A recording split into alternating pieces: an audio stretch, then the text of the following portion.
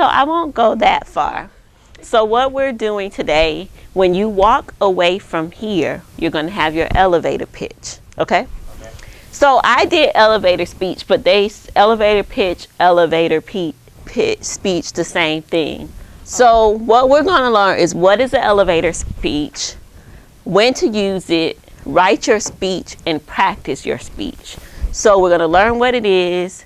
You're going to practice with a partner, either Jasmine or Senior, and then you are going to do the elevator speech in front of all of us, standing up. Okay? So go to the next one. So this is our opening activity. Before we dive into it, you're going to practice doing a quick speech about your favorite book or your movie to your partner. So you figure out, say, you like the movie, the name of the movie, the plot, the character. So I'll just give an example. So my favorite movie is Just Cause. It's really old. The characters are Blair Underwood and Sean Connery. So Just Cause, Blair Underwood was this convict that was supposedly convicted of raping a little girl. And Sean Connery was his wife's husband. Well, his wife was defending him and trying to get him off. So they got him off being innocent, and then next thing you know, he actually did it, but it was this whole plot of catch and mouse. Okay, so that's how you explain your favorite movie. Okay, give your partner, or you all can do in a group of 3, and explain your favorite movie or book to each other. Okay, so the name of my favorite movie is Fear and Loathing in Las Vegas. So basically, it's technically a nonfiction. The main character is Johnny Depp, and he plays the author Hunter S. Thompson. I don't know if you ever heard of Hunter S. Thompson. And so it's basically about a report that they were supposed to be doing for a magazine on, because he's a reporter, so it's a report about this drag race that was happening in Las Vegas, but they use it as an excuse to go on a complete drug and alcohol-fueled bender, and they go on this whole other adventure trying to find the American dream. And it's a really interesting movie because Hunter S. Thompson was a political writer as well as like a sports writer, and it kind of dove into his personal philosophy about United States politics and how political and economic systems connect, but in this weird world of psychedelics and just completely being outside of reality. So it's a really, really good movie, and the book is even better. Yeah, that's my favorite. Jurassic Park. Jurassic Yeah, Park. it's one of my favorites. It's it's from a book, right? And I guess the plot is you got the guy that looks like Colonel Sanders. As a kid, I always loved it, but I guess you got like a grandpa that brought his Family, right? yeah, his whole family there, and plus the dude with the researcher people, the good looking guy's name? I don't know what that is. Yeah, the good looking guy. You don't have to name the actors. Yeah, just say I the know, but the characters. good looking guy was there, and plus another guy with that, he always wore a hat. He was also there. Yeah, him. And then they were all there, but apparently the big dude was like, he wanted to get the can of DNA of I think it was a raptor, right? But to do that, he had to close the whole park down so he could leave. Mm-hmm. And apparently that escaped all the dinosaurs, all the raptors and T-Rex, and all the gates were open. And they tried to close it, but it started to rain. Yeah. And then it's just so hard to do it. So apparently everyone had to die, and the first one to die was I think it was Samuel L. Jackson. Yeah. And then Of course. you had to say Samuel L. Jackson. But yeah, he died, and then a bunch of people that yeah, right? And Yeah. Okay, that's it. they did a lot of stuff. The kids survived. It's just a brief summary, so it's enough. Matt, okay. Hello, I'm Matt. So my favorite movie was the latest Star Trek. What I liked about it was that basically the special effects were really cool, and kind of what I remember the most is like the opening scene where they're on this planet, and it's kind of like this crazy planet, and some like huge disaster is going to happen, but they end up stopping the planet from being destroyed or something, and ultimately, as all Star Trek movies and shows go, they survive. Right. Right. They always make it through. So, yeah, I think Kirk, I forget his last name. His first name's Kirk something. James T. Kirk. James T. Kirk, and then You have a Spock. good memory too. And basically, they don't like each other in this Star Trek, but then they seem like they're going to start liking each other. And then it kind of gets a little really complicated with like the old Spock comes back while the young Spock's there, and there's all this time variation stuff. So it gets pretty crazy, but it's entertaining. So see, when you talk about things that you're interested in, it's easy. So I want to have that kind of say your elevator speech isn't that hard because it's you talking about things that you like in you, and it's easy to talk about you, right? So what we're going to do, Jasmine, can you move the next thing? Talk about what is the elevator speech. So briefly what it is 30 seconds to, they say you can do up to 2 minutes, but try to keep it as close to 30 seconds as you can. And you don't have to time it, so you can't be like, oh, it's 30 seconds, I'm going to stop talking. So make sure your thought is incomplete. So you talk about your accomplishments, what you are good at, who you are, so that people can get a brief idea of what you are doing, what you want to do, and how they can help you and if they can hire you. So what you put, who you are, what you have accomplished, what's your major, where you want to go in the future, like what job you want to do, what research you want to do, so that people can kind of know, especially when you're at career fairs and networking events, can they hire you or can they send you to somebody that they can hire, or do they want you to have in your network? Because sometimes people, you'll meet them and they don't have an opening, but they want to stay in contact with you and it's good to always expand your professional network. So when we use it, networking events like Mitzers, when you go to conferences, when you go to lectures and seminars, any type of special events, jobs, and career fairs. So anytime that you're going to meet somebody in a professional setting, even sometimes in a casual setting, because you never know who you're going to meet in a professional setting.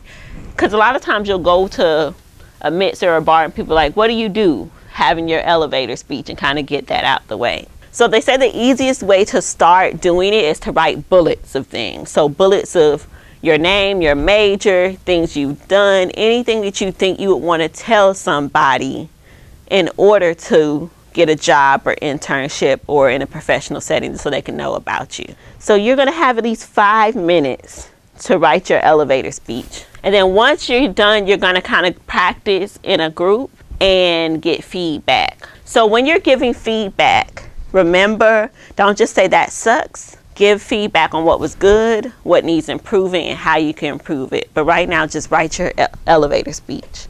So you go first as you're ready. And what are your time here? Well, my name is Matt. I'm currently going to Cal State East Bay in Hayward, and I'm studying physics, and I'm a junior. Actually, right now I'm doing lab research for the Center for Student Research Fellowship Program. And in the past, I've actually done work at Sandia National Labs. And right now, basically, I'm trying to specialize in a field, which will be helpful in going to grad school to specialize and basically enter research laboratory somewhere, which I don't know yet. All done? Yeah. Wow, pretty good. It was 41 seconds. Okay. So good length of time. I think you were really effective in listing all of your experience.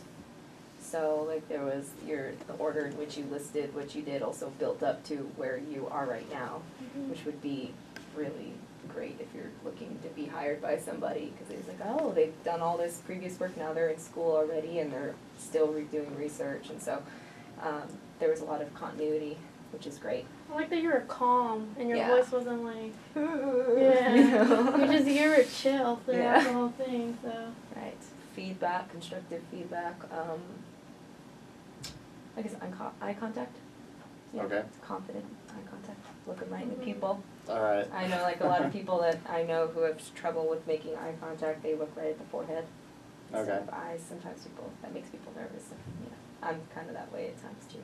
Especially if I'm speaking to a superior or someone that I'm about to apply for a job with, it's like, Well, for that, it's like, if you're talking to multiple people, it's like, Right. you can't look at all of them in the eye, Yeah. Mm-hmm. but you just kind of Yeah, I usually glaze over, I don't know. Yeah, no, I had a communications professor. She said that she will look at a face for 4 words. After she says like 4 or 3 words, she'll switch faces. So every couple words, she just kind of looks around and doesn't really look anyone in the eye, but she looks in your general direction, and people will perceive that as her looking at them. Okay. And she also said she would like look in between people, because then no one can That's really what I tell. did. I always look in between. I never actually look at the person. Yeah. Yeah. And another thing is that it used to creep me out when someone just stares at me like this Yes. and just That talks can make some for people a while, uncomfortable. right? Yeah. In a speech, I'm like, okay, Right. scaring me. Okay. Okay, I got it. Well, my name is Yesenia Corral. I'm a bio major, and I attend California State University East Bay. My option is forensics, and I'm also a criminal justice minor. I'm sorry, and a chemistry minor. And basically, the path that I'm trying to go towards is more the crime scene. However, if I do get into a master's school, I'm just going to go straight to FBI work. But then after that, I would love to become a police officer afterwards as well. Because that's, I guess, if I wanted to do like FBI or do crime scene, I have to do the 4 years of police work. So, I think I'm ready for it. I do a lot of lab work in my chemistry courses, my OChem courses, and I did take quantitative with Pizzini. Mm-hmm. And I also, I'm pretty good there. You are at 1 minute and 8 seconds. You want to give her feedback? Well, you're very clear about explaining what you want to do, Mhm. and kind of like the process of, what options are you thinking about pursuing down the road? Mhm. But I think it was a little long. Mm-hmm. Yeah, a little long. I think you brought up quantitative analysis, which is something that a lot of people, who are hiring fresh with a bachelor's degree, like positions, it's often going to be lab tech work. Mhm. So highlighting lab tech experience, that would be smart. So like emphasizing that is a good idea. Something I didn't necessarily think about when I was going over my elevator speech as much. The thing is, I don't know, but should I have said that before or at the, I don't know. That's the thing. I think that I would have don't been know. my only constructive criticism is that work on continuity. So like, you bring up your skills and then your experiences and then what you would like to do with those or something like Right? that. That's Come up what with I like thought. but that's just fine tuning. Overall, you provided all of your aspirations and Yeah. that was really good. Hello, my name is Jasmine Hain. I am currently working toward a bachelor's degree in ecology and conservation biology at Cal State East Bay with a minor in chemistry. I have a personal passion for learning about biology as well as teaching, and I'm looking at getting a teaching credential and working toward being in academia, with the overall goal of joining research positions within academic bodies or within private bodies, and maintaining that love for teaching within my professional career. So looking for opportunities to work in positions like that as well. I also have experience working in an organic chemistry lab, so microscale synthesis of organic chemicals. I have experience in that, and using equipment such as NMR and IR spectrometry or spectroscopy machines. So I'm currently building those skills and would love the opportunity to use those in a professional setting. I have good communication skills, and I'm a people person, and I'm very, very eager to learn, and would love to be a part of your team. So how did everyone feel about the feedback? Do you think it was really good? Okay. So this is what you're going to do. I'm going to give you about 2 minutes to go to feedback. Then you're going to stand up and you're going to model your elevator speech with me. I'm the person you're meeting. And the people in the audience are going to give you feedback on your improvement, okay? So I said when you leave here, you're going to be ready to go to a career fair. Oh, the expo on Thursday. and talk to employers. Elevator speech.